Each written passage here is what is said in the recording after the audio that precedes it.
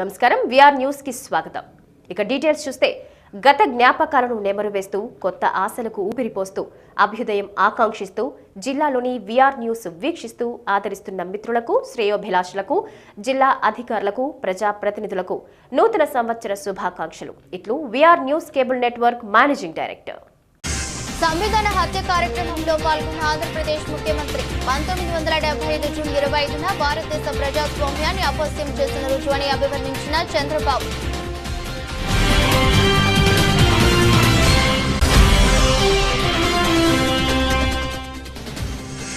రాజమండ్రిలో అఖండ గోదావరి కార్యక్రమానికి కేంద్ర మంత్రి కలిసి పాల్గొన్న డిప్యూటీ సీఎం.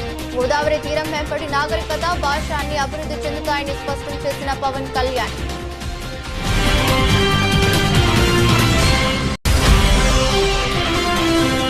కూటమి ప్రభుత్వ పాలనపై వారి డబ్బాలు కొట్టుకుంటున్నారని ఎద్దేవా చేసిన మాజీ మంత్రి పేర్ని. చంద్రబాబు 420 అబద్ధాలు చెప్పగా లోకేష్ 840 అబద్ధాలు చెబుతుంటే పవన్ మౌనంగా కూర్చున్నారని ఆరోపించిన నాని.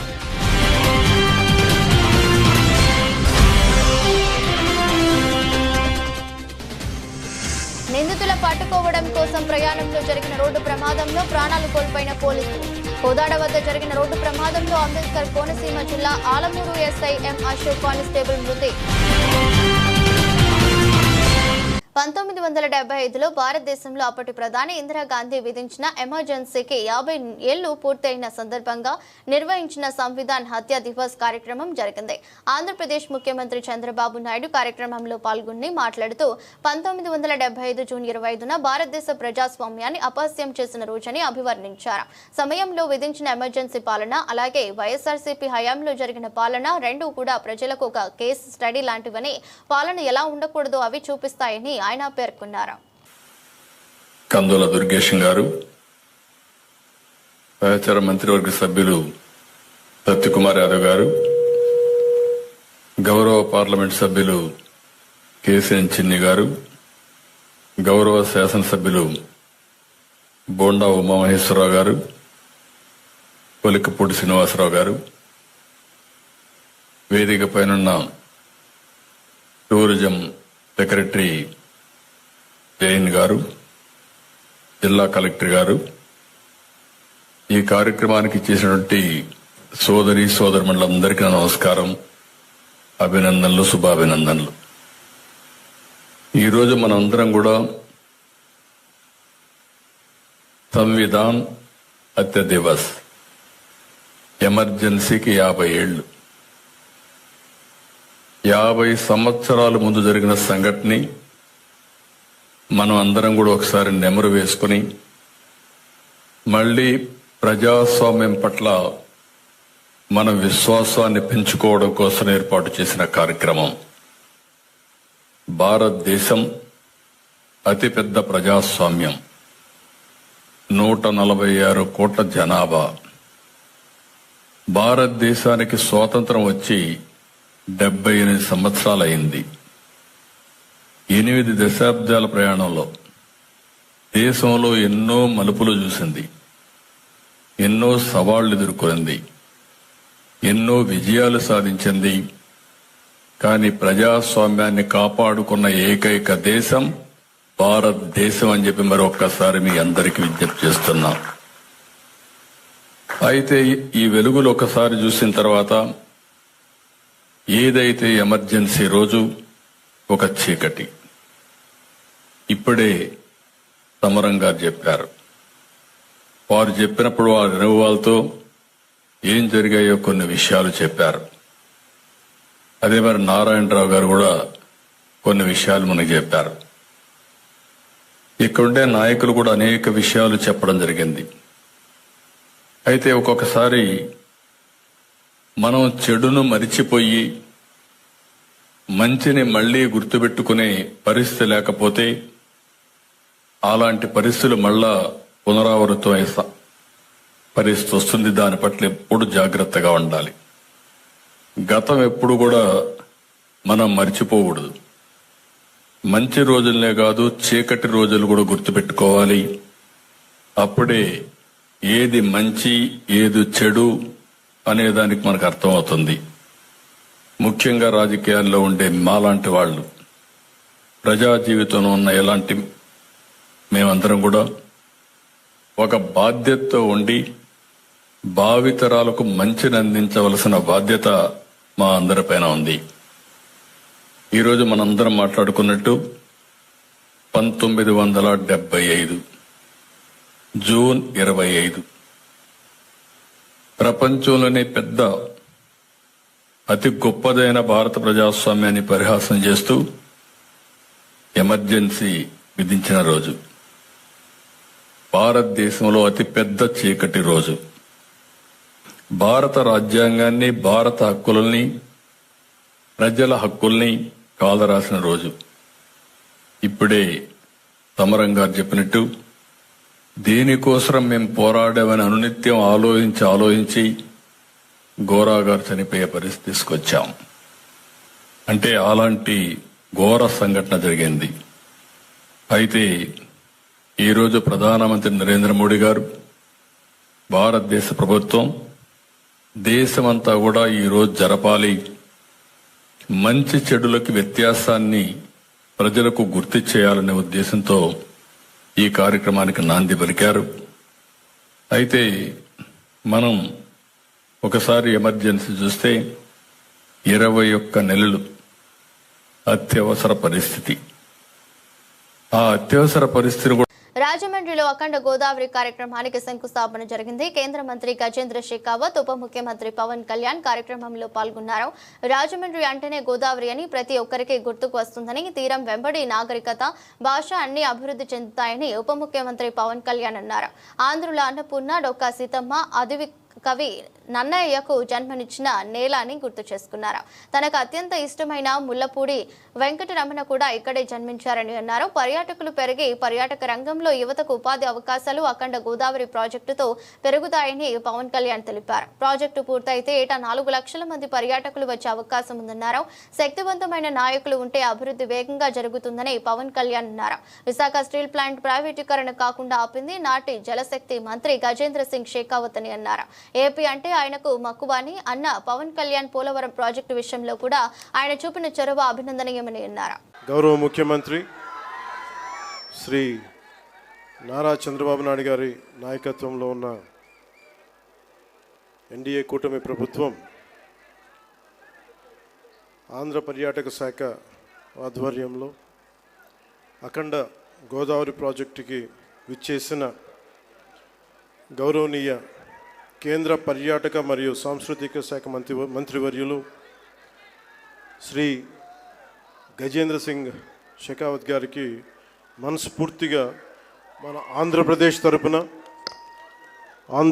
ప్రభుత్వం తరపున, గౌరవ ముఖ్యమంత్రి గారి తరపున మనస్ఫూర్తిగా వారికి స్వాగతం పలుకుతున్నాను. జలవనరుల శాఖ మంత్రివర్యులు మరియు జిల్లా ఇన్ఛార్జ్ మంత్రి శ్రీ నిమ్మల రామానాయుడు గారికి, గౌరవనీయ పర్యాటక, సాంస్కృతిక మరియు సినిమాటోగ్రఫీ శాఖ మంత్రివర్యులు శ్రీ కందుల దుర్గేష్ గారికి, గౌరవనీయ ఎంపీ రాజమహేంద్రవరం శ్రీమతి డి పురంధేశ్వరి గారికి, గౌరవనీయ ఎమ్మెల్సీ రాజమండ్రి శ్రీ సోము వీర్రాజు గారికి, శ్రీ ఆదిరెడ్డి శ్రీనివాస్ గారికి, గౌరవ ఎమ్మెల్యే రాజమండ్రి నగరం, మనందరికీ ఇష్టలైన పట్టు విడవని విక్రమార్కులు శ్రీ గోరంట్ల, నాకు ఇష్టమైన గోరంట్ల బుచ్చయ్య చౌదరి గారికి, మనం తగ్గాలి తప్ప ఆయన తగ్గడం, మనం ఆయన చూసి నేర్చుకోవాలి. అంటే మనకి అడాప్టబిలిటీ రాదు, ఆయన అడాప్టబిలిటీ నేర్పిస్తారు మనకి. సో అలాంటి గోరంట్ల బుచ్చయ్య చౌదరి గారికి, రాష్ట్ర హితువుని, రాజమండ్రి హితువుని, గోదావరి జిల్లాల హితువుని కోరుకునే వారికి మనస్ఫూర్తిగా నా హృదయపూర్వక నమస్కారాలు. అలాగే రాజానగరం బత్తుల బలరామకృష్ణ గారికి, అనపర్తి ఎమ్మెల్యే శ్రీ నల్లమిల్లి రామకృష్ణారెడ్డి గారికి,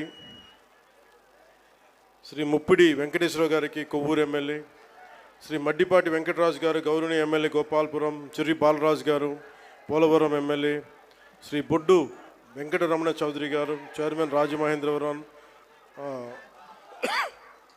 urban development authority, Sri Nukasani Balaji garu, Sri Ajay Jain garu, Srimathi P Prashanthi garu, collector and zilla magistrate Thurpu Godavari జిల్లా, అలాగే శ్రీ డి నరసింహకిషోర్ గారు,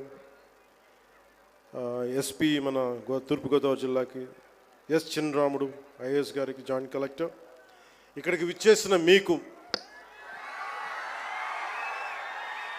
మీ ద్వారా గోదావరి జిల్లాల ప్రజానీకానికి, ప్రత్యేకించి రాజమండ్రి ప్రజానీకానికి, సోదరీమణులకి, ఇక్కడికి విచ్చేసిన మీడియా ప్రతినిధులకి, ఎలక్ట్రానిక్ ప్రింట్ మీడియా ప్రతినిధులకి మీ అందరికీ ప్రత్యేకమైన నమస్కారాలు. రాజమండ్రి అనగానే గుర్తుకొచ్చేది గోదావరి తీరం. ఎప్పుడు కూడా ఒక తీరం వెంబడి ఎప్పుడు నాగరికత ఉన్న చోట భాష అన్నీ ఎదుగుతాయి. అలాంటి పరిస్థితుల్లో ఈ నేల ఎలాంటిదంటే, మనకి ఆంధ్రుల అన్నపూర్ణగా పేరుగాంచిన డొక్కా సీతమ్మ గారికి జన్మనిచ్చిన నేల ఇది. కవి మహాభారతాన్ని మనకి తెలుగులో అందించిన మన ఆదికవి నన్నయ్య గారికి జన్మనిచ్చిన నేల ఇది. అలాగే ఎంతోమంది కళాకారులకి, సామాజికవేత్తలకి జన్మనిచ్చింది. మనకిష్టమైన బాపు రమణల్లో ఒకరైన ముళ్ళపూడి వెంకటరమణ గారికి అందించిన ఈ గోదావరి నేల ఇది చాలా సంవత్సరాల నుంచి, చాలా దశాబ్దాల నుంచి ఉన్న కోరిక. ఈ మన హ్యావ్లాక్ బ్రిడ్జ్ ఒక చాలా పురాతనమైంది. దీనిని వాడకుండా వదిలేసాం. దీన్ని ఎలా చేయాలి అనేది చాలామంది ప్రజల ఆకాంక్ష, గోదావరి జిల్లా ప్రజల ఆకాంక్ష. మనం అడిగిన వెంటనే దీన్ని ఒక టూరిజం కింద ఒక మంచి ప్రాజెక్ట్ చేయాలంటే ఈ రోజున ఇది ఒక్క ప్రాజెక్టేగా దాదాపు 430 కోట్ల రూపాయలు పెట్టి 7 ప్రాజెక్టులను ఈ రోజున ఆంధ్రప్రదేశ్ మొత్తం మీద పనులు ప్రారంభిస్తున్నాం. ఈ రోజున దాటి మీద కొన్నేమో ఇవి ప్రణాళికలు సిద్ధం కావడం, కొన్నేమో పనులు పూర్తి అవ్వడం, ఇలా చేస్తూ ఉన్నాం. దాంట్లో ముఖ్యమైనది ఈరోజు మనకి అఖండ గోదావరి ప్రాజెక్ట్. ఈ అఖండ గోదావరి ప్రాజెక్టులో 2024 ఎన్నికల సమయంలో ఎన్డీఏ కూటమి నిర్ణయించుకుంది ఈ రాష్ట్రాన్ని అన్ని రంగాల్లో సమగ్ర అభివృద్ధి సాధించేలా పనిచేయాలని. దాంట్లో భాగంగానే గౌరవ ముఖ్యమంత్రి శ్రీ నారా చంద్రబాబు నాయుడు గారు ఆ రోజు మేమందరం కూటమి భాగస్వాములు అందరూ అనుకొని ప్రతిదీ కూడా కూటమి ప్రభుత్వ పాలనపై వారికి వారే డబ్బాలు కొట్టుకుంటున్నారు. ఈ కూటమి సమావేశంలో సంవత్సర కాలం పాలన, రానున్న రోజుల్లో ఏం చేస్తారో చెప్పారని అందరూ ఊహించారు. కానీ సొంత డబ్బా కొట్టుకోవడం, జగన్ ని తిట్టడానికే సమావేశం జరిపారని దుయ్యబట్టారు. చంద్రబాబు 420 అబద్ధాలు చెప్పగా లోకేష్ 840 అబద్ధాలు చెప్పారు. కానీ పవన్ కళ్యాణ్ కళ్ళు మూసుకొని కూర్చున్నారని సెటైర్లు వేశారు. కూటమి నేతలు మీటింగులో స్నాక్స్ కి లక్షలు ఖర్చు చేశారు. మా హయాంలో జరిగిన అభివృద్ధిపై చంద్రబాబు, లోకేష్ తప్పుడు మాటలు మాట్లాడారు. చంద్రబాబు, జగన్ పాలనలో ఎవరిది సుపరిపాలనో మాతో చర్చించే దమ్ము ఉందానే సవాల్ విసిరారు. ఎవరి హయాంలో ఆర్థిక స్థితిగతులు ఎలా ఉన్నాయో చర్చించడానికి రెడీనా? ఈ సంవత్సర కాలంలోని 161,000 కోట్లు అప్పులను చంద్రబాబు చేశారు. మా హయాంలో జరగని దాన్ని కూడా జరిగినట్టు విష ప్రచారం చేశారు. అసెంబ్లీలో ఒక మాట, బయట ఇంకో మాట మాట్లాడటం వారికే చెల్లింది. జనాన్ని నమ్మించి మోసం చేసినందుకు చంద్రబాబుపై చీటింగ్ కేసు పెట్టాలని డిమాండ్ చేశారు. చంద్రబాబు నాయుడు గారు యథావిధిగా అలవాటు ప్రకారం 420 అబద్ధాలు చెప్తే కొడుకు లోకేష్ గారు 840 అబద్ధాలు చెప్పాడు. ఇంక మూడో ఆయన అయితే ఆయన రవితేజ గారి సినిమా ఏదో ఒకటి వచ్చింది. ఆయనకి హీరోకి కళ్ళు కనపడవు, ఏది కనపడినా ఏమో సార్ నాకు కనపడదు అంటాడు. అట్లా పవన్ కళ్యాణ్ గారు ఏదైనా సరే ఏమో సార్ నాకు కనపడదు, అంతా జగన్మోహన్ రెడ్డి కనపడుతున్నాడంటే మీటింగ్ చెప్తాడు ఆయన. ఇలా ముగ్గురు కలిసి ఏంటయ్యా అంటే సొంత డబ్బా, జగన్మోహన్ రెడ్డి గారిని బూతులు తిడతాం, జగన్ గారి వ్యక్తిత్వ హననం, వీళ్ళ సొంత డబ్బా. ఈ డబ్బా కొట్టుడికి మొత్తం ఎంత ఖర్చు అయిందయ్యా అంటే కోట్ల రూపాయలు ఖర్చు పెట్టారు. వాళ్ళు ఈ మీటింగ్కి వచ్చినటువంటి ఈ 100 మందో వీళ్ళ స్నాక్స్కే లక్షల్లో ఖర్చు అయిపోయిందని చెప్తున్నారు సచివాలయ ఉద్యోగులు.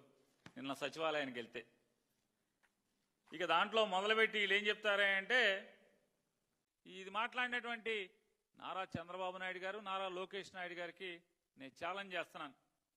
మీరు ఇటువంటి తప్పుడు రాతలు రాసి తప్పుడు మాటలు మీ మీటింగ్లో మాట్లాడి మీకు ఎదురు కూర్చున్నాడు ఎవడు కూడా ఒక్కడు కూడా ఎదురు ప్రశ్న మిమ్మల్ని వేయని వారిని కూర్చోబెట్టుకుని ఈ ఊకదంపుడు ఉపన్యాసం చెప్పి ఇట్లాంటి తప్పుడు రాతలు రాసే కంటే మేము మిమ్మల్ని ఛాలెంజ్ చేస్తున్నా.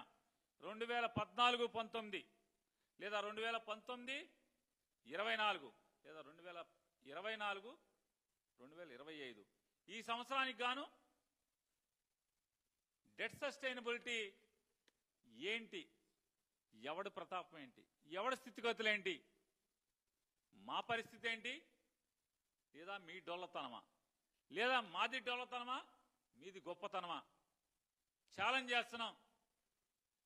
చంద్రబాబు నాయుడు గారు వస్తారా, లోకేష్ నాయుడు గారు వస్తారా? నెట్ బారోయింగ్ సీలింగ్ అంటే రిడక్షన్ ఫ్రమ్ ఎన్బిసి అనే ఒక సర్దుబాటు, ఈ సర్దుబాటు మూలంగా మీరు చేసినటువంటి పాపాల్లో ఉన్నటువంటి 17,000 కోట్ల రూపాయలని పరిమితికి మించి చేసిన అప్పుని 2022-23లో సర్దుబాటు చేయటం వల్ల అప్పు తీసుకునేటువంటి వెసులుబాటు సన్నగిల్లింది తప్పితే ఏ రోజు కూడా ప్రభుత్వం నుంచి చెల్లింపులు చెల్లించడంలో కానీ లేదా రాష్ట్ర ఆర్థిక పరపతి సన్నగిల్లటం కానీ జగన్మోహన్ రెడ్డి గారు ఎప్పుడూ కూడా మీ ప్రభుత్వం కంటే ఆర్థిక స్థితిగతి మెరుగుగానే పరిపాలన చేశాడు. మీకంటే కుర్రవాడు, మీకంటే అనుభవంలో తక్కువవాడైనప్పటికీ కూడా ఆర్థిక స్థితిగతులు, ఫిస్కల్ డిసిప్లిన్,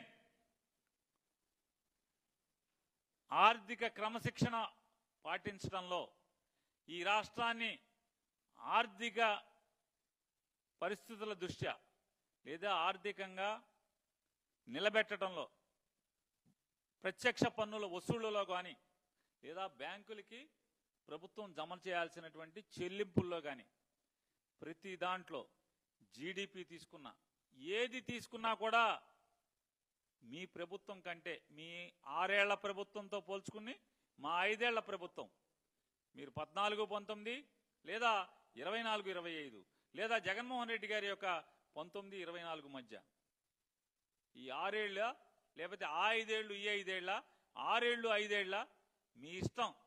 ఎన్నికల ముందు 14 లక్షల కోట్లు అప్పు తెచ్చాడు జగన్మోహన్ రెడ్డి గారు అని చెప్పారు. అసలు ఆర్థిక స్థితిగతులు మీరు అసెంబ్లీలో ఇచ్చారు. మీ ఆర్థిక మంత్రి అసెంబ్లీలో తన నోటితో చదివాడు, ఇది రికార్డులో ఉంది. ఏముంది? 2014 సంవత్సరానికి అంటే ఆంధ్రప్రదేశ్ రాష్ట్రం విడి తెలంగాణ ఆంధ్రప్రదేశ్ కింద అవిభాజ్య రాష్ట్రం నుంచి విభజిత రాష్ట్రంగా ఆంధ్రప్రదేశ్గా ఉండేప్పటికీ 1,40,717 కోట్ల రూపాయలు మొత్తం అప్పుగా ఉంటే 2019 మార్చి 31 నాటికి ఈ రాష్ట్రం యొక్క అప్పు 3,90,247 కోట్లు. అంటే పాత 1,40,000.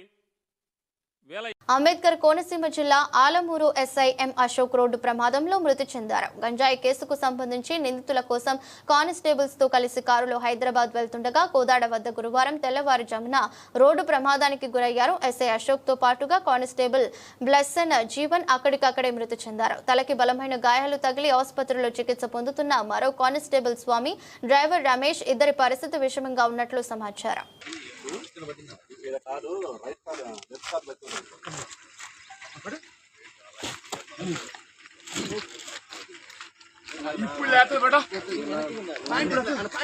మీరు అది పట్టండి.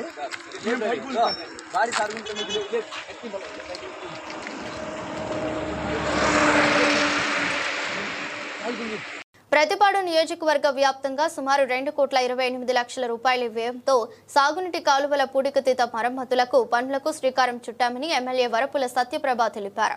ఏలేశ్వరం మండలం ఏలేశ్వరం నగర పంచాయతీలో తిమ్మరాజు చెరువు ఆయకట్టుకు అందించే సాగునీటి కాలువలకు, రూరల్ మండలంలో లింగంపర్తిలో సాగునీటి కాలువలకు 38 లక్షల రూపాయలతో చేపట్టనున్న మరమ్మతుల పనులకు ఎమ్మెల్యే వరపుల సత్యప్రభ, జనసేన నేత మేడిశెట్టి బాబీ, స్థానిక నేతలు, రైతులు కొబ్బరికాయ కొట్టి పనులు ప్రారంభానికి శ్రీకారం చుట్టారు.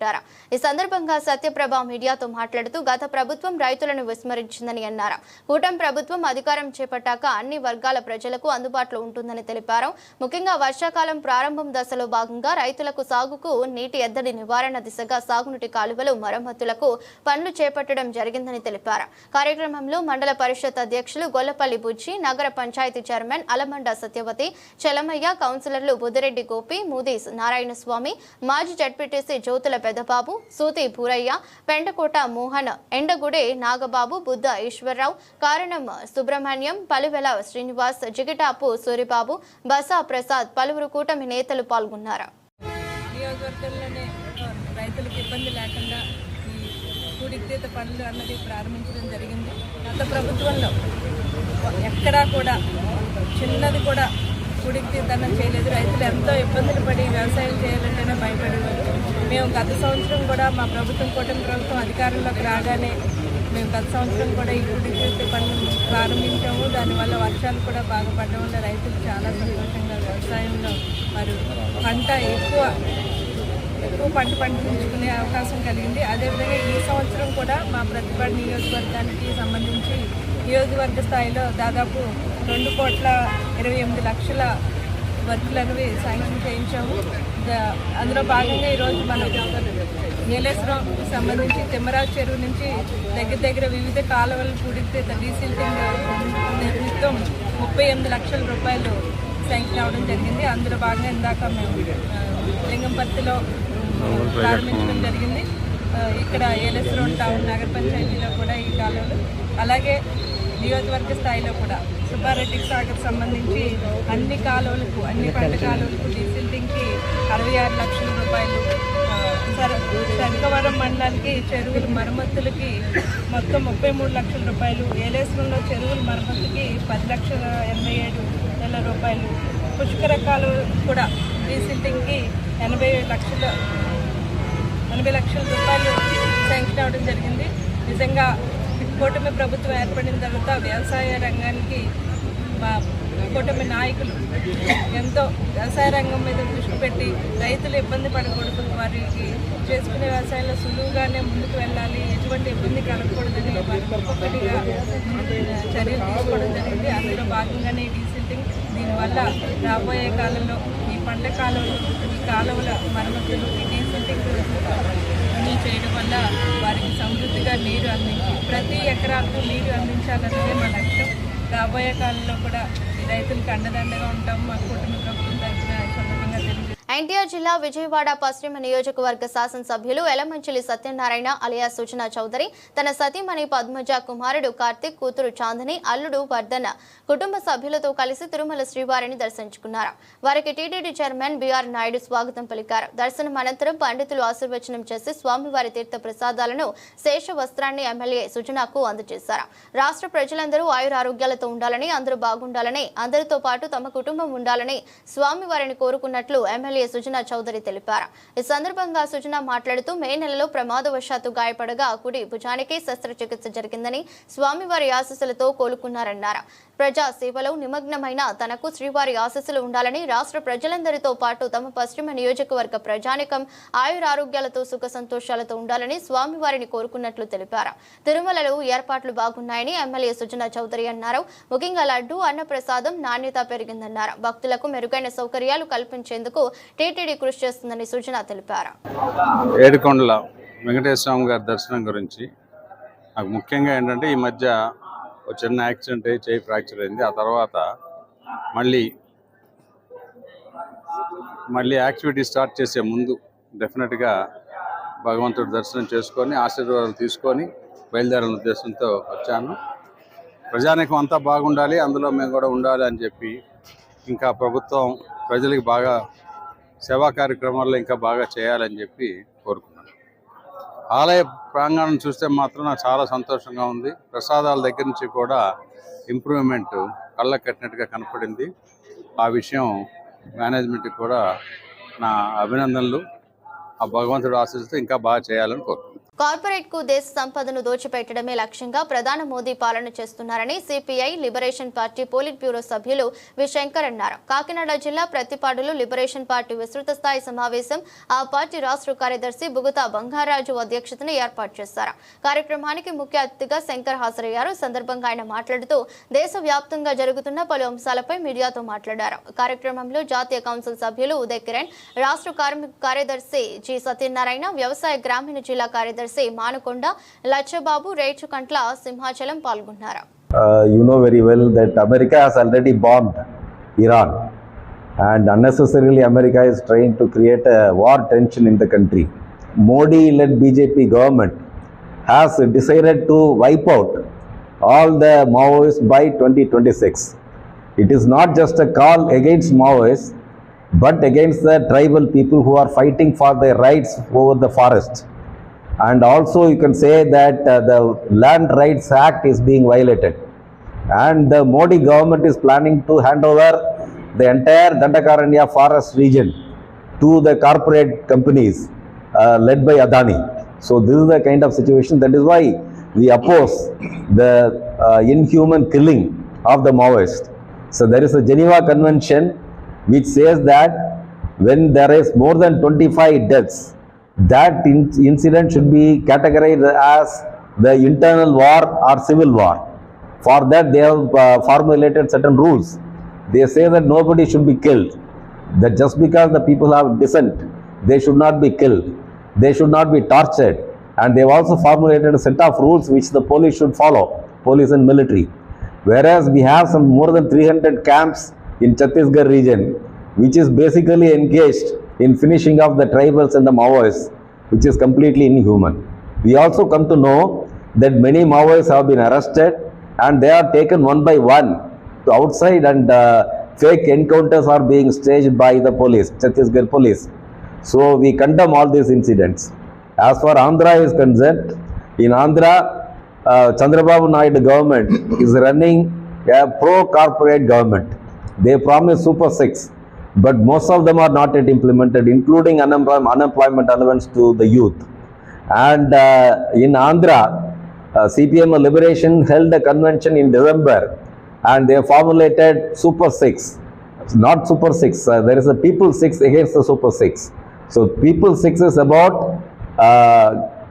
helping people to earn, to lead their livelihood. So it's not just welfare projects, but from the angle of increasing the living standards of the people, the government should formulate policies. Rather, the Chandrababu Naidu government is only making the people kind of a beggars before the government, which we condemn. And we are organizing a campaign all over the state, to implement the People 6 demands, which includes unemployment allowance, education, health, and the people affected by NREGA, microfinance, and also we are raising the demand of issuing pattas to the pattaless people, land to the landless, and house to the houseless people. So based on these demands, we are organizing a state level campaign all over the Andhra Pradesh, and then it will be culminated in a major struggle very soon in Vijayawada. మరి ఈరోజు పత్తిపాడు మండలంలో విస్తృత కార్యకర్తల సమావేశం జరిగింది. ఈ సమావేశానికి మా పార్టీ పొలిట్ బ్యూరో సభ్యులు శంకర్ గారు, నేను, ఇంకా ఇతర కామ్రేడ్స్ హాజరయ్యి ఇక్కడంతా కూడా మరి రాష్ట్రంలో జరుగుతున్నటువంటి ఈ యొక్క సమస్యల మీద డిస్కస్ చేసి ఈ ప్రాంతంలో పార్టీని బలోపేతం చేయడానికి మరి కొన్ని ప్లానింగ్లు అయ్యి కూడా చేయడం జరిగింది. ప్రధానంగా మరి చంద్రబాబు నాయుడు సంవత్సర పాలన ఏదైతే ఉన్నదో ఈ పాలనలో మేము చాలా మంచి చేసామని చెప్పేసి వాళ్ళు చెప్తూ ఉన్నారు. ₹1,00,00,000 మేము ఖర్చు పెట్టాము డెవలప్మెంట్కి అని చెప్పి వాళ్ళు అంటూ ఉన్నారు. కానీ వాళ్ళు ఖర్చు పెట్టిన ఖర్చు లేకపోతే వాళ్ళు వేసినటువంటి ఇవన్నీ కూడా ఎక్కడా కూడా పిల్లలకు ఉద్యోగాలు ఇచ్చినటువంటి పాపాన పోలేదు. నిరుద్యోగ సమస్యను పరిష్కారం చేయడం కోసం వాళ్ళు ముందు డిఎస్సి తీశారు, తర్వాత పోలీసు రిక్రూట్మెంట్ అన్నారు. కానీ అవి ఏవైతే ఉన్నాయో కేవలం కాగితాలకే పరిమితం అయ్యి తెప్పించి ప్రాక్టికల్గా మట్టి మాత్రం వాటిలో ఏదైతే ఉన్నదో వాళ్ళు వాయిదాలు వేసుకుంటూ వస్తూ ఉన్నారు. అట్లాగే నేను అధికారంలోకి వచ్చిన వెంటనే మొత్తం ప్రతి సంవత్సరం 2 లక్షల ఉద్యోగాలు ఇస్తానని చెప్పి అన్నాడు. కానీ ఇప్పుడు వచ్చి ఎవరికి కూడా ఇక్కడ కూడా రిక్రూట్మెంట్ లేదు. అట్లాగే నిరుద్యోగ భృతి ఇస్తానన్నాడు, ఆ నిరుద్యోగ భృతి కూడా లేదు. అట్లాగే గ్రామీణ ప్రాంతాల్లో యువకులు, డిగ్రీ చేసినటువంటి యువకులు మొత్తం ఇవాళ ఆటోలు తోలుకోవడం, లేకపోతే భవన నిర్మాణ కార్మికులుగా పనులకు పోవడం, లేదా ఫ్యాక్టరీల దగ్గర ఏదైతే ఉందో వాళ్ళు మరి హోమ్ గార్డులు, మామూలు సెక్యూరిటీ గార్డులుగా మొత్తం ఏదైతే ఉందో చేస్తున్నటువంటి పరిస్థితి. అందుచేత ఈ రకంగా ఉన్నటువంటి ఈ పరిస్థితుల్లో ఖచ్చితంగా దీనికి సంబంధించి యువకులందరికీ కూడా పని కల్పించాలనేటువంటి డిమాండ్ ఏదైతే ఉందో రాష్ట్ర వ్యాప్తంగా మేము తీసుకొని మరి ముందుకెళ్ళడం జరుగుతోంది. నిరుద్యోగ భృతి ఇవ్వాలని చెప్పేసి మేము ఈ ప్రభుత్వం డిమాండ్ చేయడానికి ఇచ్చేస్తూ ఉన్నాం. అట్లాగే గతంలో మైక్రో ఫైనాన్సుల ద్వారా మొత్తం మహిళలకి అందరికీ కూడా మొత్తం అప్పులు ఇచ్చి ఒకరికొకరు లింకులు పెట్టి ఆ రకంగా మొత్తం ఏదైతే ఉందో ప్రెషర్ చేయడం జరిగింది. కానీ ఆ మైక్రో ఫైనాన్స్లు ఏదైతే ఉన్నదో ఇవాళ చాలా కష్టమైనటువంటి పరిస్థితుల్లో ఉన్నాయి. ఏం చేద్దంటే పనులు లేవు, గ్రామాల్లో పనులు లేవు, వాళ్ళు వలసలు పోతూ ఉన్నారు. వలసలు పోయి అక్కడ సంపాదించిన డబ్బులన్నీ కూడా ఈ మైక్రో ఫైనాన్స్ కట్టబోలేకి వాళ్ళ యొక్క జీవితం అంతా కూడా సరిపోతూ ఉంది. అందుచేత మేము ఖచ్చితంగా మేము చెప్పేది ఏంటంటే సిపిఎంఎల్ లిబరేషన్ పార్టీగా మేము చెప్పదలుచుకున్నది ఏంటంటే గ్రామాల్లో మైక్రో ఫైనాన్స్ సంస్థలని అలౌ చేయొద్దు, ప్రభుత్వ బ్యాంకులే వడ్డీ లేని రుణాలు ఇవ్వాలి అన్నటువంటి డిమాండ్తో రాష్ట్ర వ్యాప్తంగా కూడా ఉద్యమం చేపట్టాలని చెప్పేసి మేము అనుకుంటూ ఉన్నాం. అట్లాగే ఇంకా మనం చూసినట్లయితే వ్యవసాయ కూలీలకు సంబంధించి మరి జాతీయ ఉపాధి హామీ చట్టంలో 14 రోజులకి ఏదైతే ఉందో వాళ్ళు పేమెంట్లు ఇవ్వాలి. కానీ 14 రోజులు సరిగ్గా 2 నెలలైనా సరే పేమెంట్లు రాని పరిస్థితి ఇవాళ చాలా గ్రామాల్లో మనం చూస్తూ ఉన్నాం. అలాగే కనీసం మినిమం వేజ్ ఇవ్వాలి వాళ్ళకి, కనీసం మినిమం వేజ్ కూడా వాళ్ళు ఇవ్వటం లేదు. అలాగే మా డిమాండ్ ఏంటంటే 200 రోజులు పని కల్పించాలి, 600 రూపాయలు వేతనం కల్పించాలనే డిమాండ్ని ప్రధానంగా తీసుకున్నాం. అలాగే గతంలో జగన్ ప్రభుత్వం ఉన్నప్పుడు మరి అందరికీ ఇళ్ల స్థలాలు ఇస్తామని చెప్పని అప్పుడు రాజకీయం చేయడం అనేది జరిగింది. ఇప్పుడు దానికి సంబంధించి ఏదైతే ఉందో చాలా చోట్ల మేము కొన్నాము అని చెప్పి అంటూ ఉన్నది తప్పించి చాలా చోట్ల వాళ్ళు పంపిణీ అన్నది జరగలేదు. అందుచేత వాళ్ళు కొనుగోలు చేసినటువంటి భూములను ఏదైతే ఉన్నదో పల్లెటూరులో ఖచ్చితంగా 2 సెంట్ల భూమి ఏదైతే ఉన్నదో మామూలుగా 3 సెంట్ల భూమి ఏదైతే ఉందో వాళ్ళకి ఇవ్వాలి. ఆ రకంగా ఇళ్ల స్థలాలకు ఏదైతే ఉన్నదో రాష్ట్ర వ్యాప్తంగా మేము ఉద్యమం చేపడతా ఉన్నాం. అలాగే పేదలు అనేక చోట్ల ఏదైతే ఉందో బంజరు భూములు, అట్లాగే అడవి బంజరు భూములు, ఈ గవర్నమెంట్ బంజరు భూములు అన్నీ కూడా సాగు చేసుకుంటూ ఉన్నారు. ఇవన్నింటికి కూడా ప్రభుత్వం హక్కులు కల్పించవలసిన బాధ్యత ఉంది. ఆ రకంగా కాకుండా వాళ్ళు ఆ భూముల్లోనే అనేక రకాలుగా పెద్ద కంపెనీలకు ఏదైతే ఉందో లీజులకి ఇచ్చే పని మీద ఉన్నారు.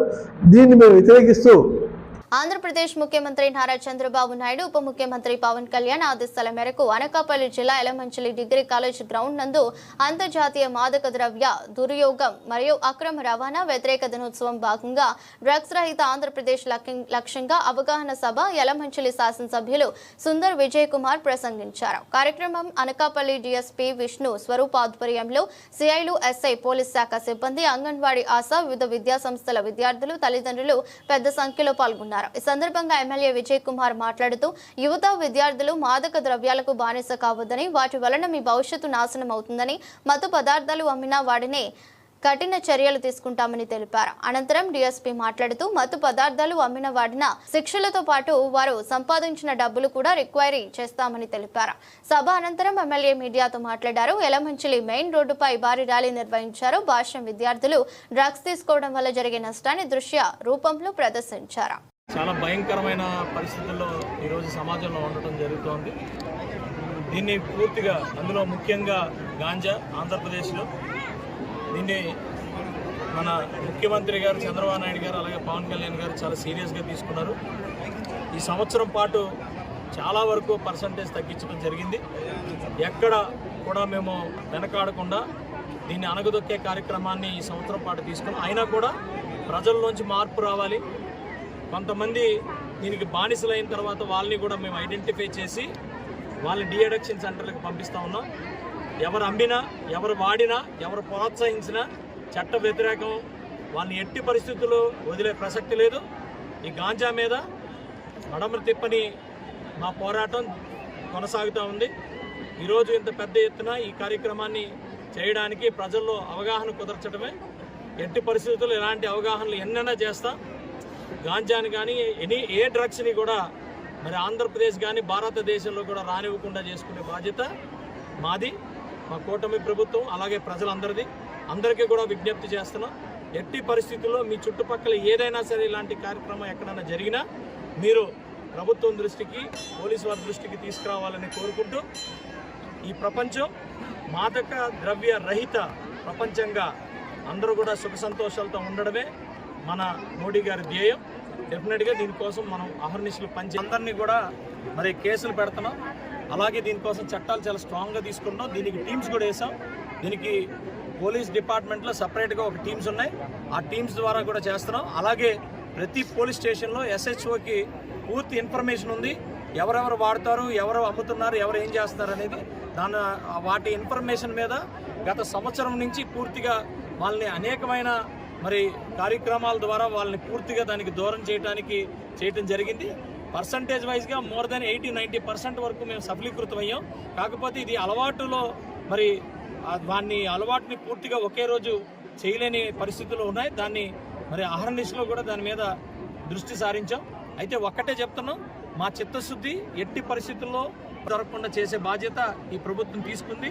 అలాగే ప్రజల నుంచి కూడా అదే రీతిలో మరి వాళ్ళ కుటుంబాల్లో ఎవరున్నా కూడా వాళ్ళని పోలీసులకు అప్పచెప్తే వాళ్ళని ఏదో విధంగా మార్చుకుని డిఅడిక్షన్ సెంటర్లో పెట్టి మార్చుకుని మళ్ళా గంజా రహిత ఆంధ్రప్రదేశ్గా తీర్చిదిద్దడమే. ఆపరేషన్ సింధూర్ యుద్ధంలో పాల్గొని స్వస్థలం పెద్దాపురం వచ్చిన సైనికుడు సుబేదర్ వినోద్ దడాలకు టీడీపీ రాష్ట్ర కార్యనిర్వాహక కార్యదర్శి రాజా సూరిబాబురాజు ఆధ్వర్యంలో ఘన స్వాగతం. కార్యక్రమంలో పాల్గొన్న MLA Chandrajappa, DCCB chairman Tummala Ramaswamy Babu, కూటమి నాయకులు, కార్యకర్తలు సన్మాన సభలో సత్కారం అనంతరం వినోద్ను ఆయన ఇంటి వరకు బ్యాండ్ మేళాలతో భారత్ మాతాకి జై నినాదాలతో ఊరేగింపుగా తీసుకుని వెళ్లిన పట్టణ ప్రజలు. ఈ పెద్దాపురంతో మా అన్ని మెమరీస్ కూడా నాకు చిన్నప్పటి నుంచి పెద్దాపురంతోనే ముడిపడి ఉన్నాయండి. మా నాన్నగారు ఆల్రెడీ చెప్పారు, ఆయన 71 వార్లో ఆయన పార్టిసిపేట్ చేశారు. అదే చిన్నప్పటి నుంచి ఆయన మాకు ఇన్స్పిరేషన్గా ఉండి, ఆయన మా హీరోగా ఉండి, ఆయన మేము ఇన్స్పిరేషన్గా తీసుకొని మేము ఆర్మీలోకి జాయిన్ అవ్వడం ఒక ప్రోత్సాహం అనేది కేవలం మా నాన్నగారి వల్ల మాకు కలిగింది. మళ్ళీ నేను 2000లో నేను సెలక్షన్కి వెళ్ళి 2001 నుంచి ఆర్మీలో జాయిన్ అయ్యి ఇప్పటివరకు స్టిల్ నేను కంటిన్యూ చేస్తున్నాను. మొన్న ఆపరేషన్ సింధూర్లో కూడా మరి పాల్గొన్నాను. అప్పుడు అక్కడ అనేకమైన కష్టమైన పరిస్థితులు, కొన్ని చెప్పగలుగుతాం, కొన్ని చెప్పలేము. మాకు సడన్గా మెసేజ్ వస్తుంది. మీకు తెలిసిందే, మురళీ నాయక్ మా కొలీగ్, నా జూనియర్, అతను మేము కలిసి ఆడుతూ తిరుగుతూ తింటూ ఉండేవాళ్ళం. నా కంపెనీ అతను, నా బ్యాటరీ అతను. మేము ఒక పోస్ట్లో మేము ఫైర్ చేస్తుంటే అతను వేరే పక్కన ఒక 20 కిలోమీటర్ దూరంలో వేరే పోస్ట్లో ఉన్నాడు. అనుకోని రీతిలో మరి శత్రువుల దాడిలో మరి అతను చనిపోయాడు. అక్కడ అనేకమైన పరిస్థితులు ఉంటాయి. మిలిటరీ అంటే అనుకున్నంత మూవీస్లో చూపించినంత వెళ్తాం, డైరెక్ట్గా వెళ్ళి కాల్చడం కాదు. అక్కడ చాలా కష్టమైన పరిస్థితులు. మాకు సడన్గా ఆర్డర్స్ వస్తాయి. మాకు రాత్రి చెప్పారు, వెళ్ళి పలానా చోట మీరు ఆక్యుపై చేయాలని. నేను రాత్రి బయలుదేరి వెళ్ళి మాకు ఇచ్చిన ప్లేస్లో మన జమ్మూ కాశ్మీర్లోకి వెళ్ళి మేము అక్కడ మాకు ఇచ్చిన బంకర్స్లో అన్నీ ఆక్యుపై చేసి ఆదేశాల కోసం వెయిట్ చేసాం. అక్కడికి రాత్రి మందు కూడా సామాన్లు తీసుకుని వెళ్ళి, బాంబులు ఉంటాయి, ఆమ్యునిషన్ అంటారు, వాటిని తీసుకెళ్ళి మాకు ఇచ్చిన ప్లేస్లో మాకు పెట్టి అంత రాత్రికంతా రెడీ చేసి కూర్చొని ఉన్నాం.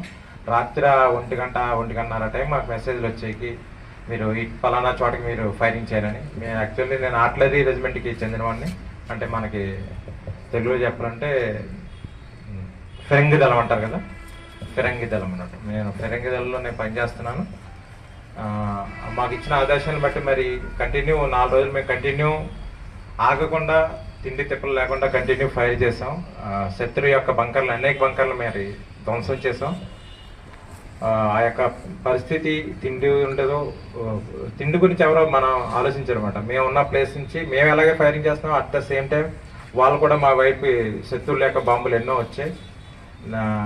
ఈ పరిస్థితిలో మరి మేము ఎంతో ధైర్యంగా ఉండి మా యూనిట్ తరఫు నుంచి మాకు ఎంతో సపోర్ట్ వచ్చింది. అట్ ద సేమ్ టైం ఆ పరిస్థితుల నుంచి తట్టుకొని ధైర్యంగా మరి అందరినీ కూడగట్టుకొని మరి శత్రువులకి మేము ఎదురుదెబ్బ అనేది కొట్టాము. అట్లాగే మన గవర్నమెంట్ వారు కూడా మాకు ఎంతగానో సపోర్ట్ చేశారు.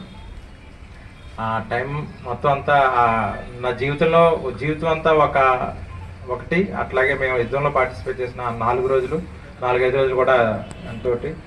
రాత్రి వెళ్ళడం, రాత్రి మేము మందు కూడా సామాన్లు, మన ఆమ్యునిషన్ బాంబ్స్ అన్ని తీసుకుని వెళ్ళడం, ఆ ప్లేస్ స్థావరాల్లో పెట్టడం, అక్కడ మేము రేషన్ అయ్యి సెట్ చేసుకోవడం, ఫైర్ చేయడం అనేది ఏదో ఒక సైనికుడిగా ఆర్మీలో అందరూ చేస్తారు, కానీ ఆర్మీలో చేరిన తర్వాత యుద్ధంలో పాల్గొనడం అనేది ఒక సైనికుడి యొక్క అదృష్టం. నేను ఎంతో అదృష్టంగా భావిస్తున్నాను.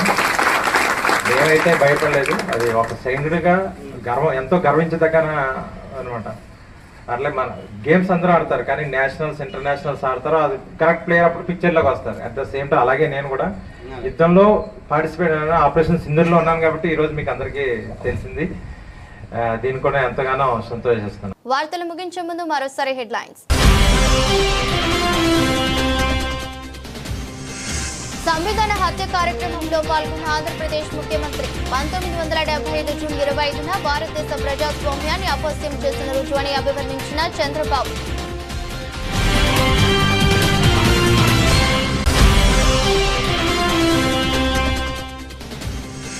రాజమండ్రిలో అఖండ గోదావరి కార్యక్రమానికి కేంద్ర మంత్రి కలిసి పాల్గొన్న డిప్యూటీ సీఎం. గోదావరి తీరం వెంబడి నాగరికత, భాష అన్ని అభివృద్ధి చెందుతాయని స్పష్టం చేసిన పవన్ కళ్యాణ్.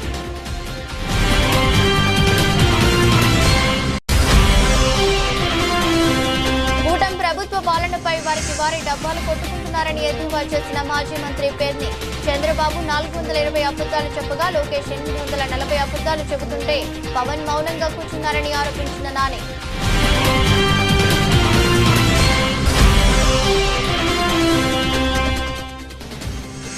నిందితుల పట్టుకోవడం కోసం ప్రయాణంలో జరిగిన రోడ్డు ప్రమాదంలో ప్రాణాలు కోల్పోయిన పోలీసులు. కోదాడ వద్ద జరిగిన రోడ్డు ప్రమాదంలో అంబేద్కర్ కోనసీమ జిల్లా ఆలమూరు ఎస్ఐ ఎం అశోక్ కానిస్టేబుల్ మృతి. మరో బులెటిన్తో మళ్ళీ. ఆయన సోషల్ మీడియాలో పెట్టిన పోస్ట్ వైరల్ అవుతోంది. శశి థరూర్ ఇటీవల ప్రధాని మోదీని పదే పదే ప్రశంసిస్తున్నారు. ఈ వ్యాఖ్యలు కాంగ్రెస్ పార్టీ వైఖరికి విరుద్ధంగా ఉన్నాయి. గతంలో థరూర్ కాంగ్రెస్ పార్టీ అధ్యక్ష పదవికి పోటీ చేశారు. సోనియా గాంధీ, రాహుల్ గాంధీ మద్దతుతో ఖర్గే పోటీ చేశారు. కానీ పార్టీలో ఎవరి అనుమతి లేకుండా థరూర్ పోటీ చేశారు. కానీ ఆయనకు చాలా స్వల్ప ఓట్లొచ్చాయి. అప్పటి నుంచి పార్టీతో గ్యాప్ కనిపిస్తోంది. రాహుల్ గాంధీ, ఇతర సీనియర్ నాయకులతో ఆయన సంబంధాలు తగ్గిపోయాయి. ఆపరేషన్ సింధూర్ సందర్భంగా భారత ప్రభుత్వం చేపట్టిన అంతర్జాతీయ దౌత్య కార్యక్రమంలో థరూర్ను ఒక బృందానికి నాయకుడిగా నియమించారు. కాంగ్రెస్ పార్టీ ఇతర నాయకుల పేర్లను సూచించినప్పటికీ థరూర్ను కేంద్రం ఎంపిక చేసింది. ఇది వివాదాస్పదమైంది. పార్టీ నామినేట్ చేయలేదు కాబట్టి ఆయన ప్రభుత్వ ఎంపికను తిరస్కరించాలని కాంగ్రెస్ నేతలు అనుకున్నారు. కానీ థరూర్ ఆ పని చేయలేదు. పార్టీ వైఖరికి విరుద్ధంగా ప్రభుత్వానికి మద్దతిస్తున్నారని కాంగ్రెస్ అగ్రనేతలు భావిస్తున్నారు. థరూర్ తరచూ కాంగ్రెస్ పార్టీ అధికారిక వైఖరికి విరుద్ధంగా వ్యాఖ్యలు చేస్తూ వస్తున్నారు. కేరళలో సిపిఐఎం ప్రభుత్వాన్ని ప్రశంసించటం, ఆర్ఎస్ఎస్ చీఫ్ మోహన్ భాగవత్తో సమావేశం కావటం వంటివి ఆయన బీజేపీ వైపు మొగ్గుతున్నారనే ఊహాగానాలు పెరగడానికి కారణమవుతున్నాయి. థరూర్ కేరళలో కాంగ్రెస్ నాయకత్వంలో ముఖ్యమంత్రి అభ్యర్థిగా తనను తాను ప్రొజెక్ట్ చేసుకోవాలనే ఆకాంక్ష ఉన్నట్లు తెలుస్తోంది. అయితే పార్టీ హైకమాండ్ ఆయనకు ఈ అవకాశం ఇవ్వడానికి ఆసక్తి చూపడం లేదని, ఇది ఆయన అసంతృప్తికి కారణమని చెబుతున్నారు. అయితే థరూర్ పలు సందర్భాలలో తాను బీజేపీలో చేరే ఆలోచన లేదని స్పష్టం చేశారు. ఆయన తనను తాను క్లాసిక్ లిబరల్ గా పేర్కొంటూ వచ్చారు. ఆపరేషన్ సింధూర్ వంటి జాతీయ భద్రతా అంశాలలో తాను పార్టీ వైఖరిని పక్కన పెట్టి దేశహితం కోసం మాట్లాడుతున్నానని, ఇది బీజేపీలో చేరడానికి సంకేతం కాదని థరూర్ అంటున్నారు. అయితే కాంగ్రెస్ పార్టీ ఆయనను దూరం పెట్టడంతో మరో చాయిస్ లేదని, బీజేపీలో చేరుతారన్న ఊహాగానాలు వస్తున్నాయి. కేరళలో బీజేపీకి ఎలాంటి బలం లేదు. అక్కడ బీజేపీ తరపున నిలబడితే శశి థరూర్ ఎంపీగా కూడా గెలవలేరు. మరి ఏం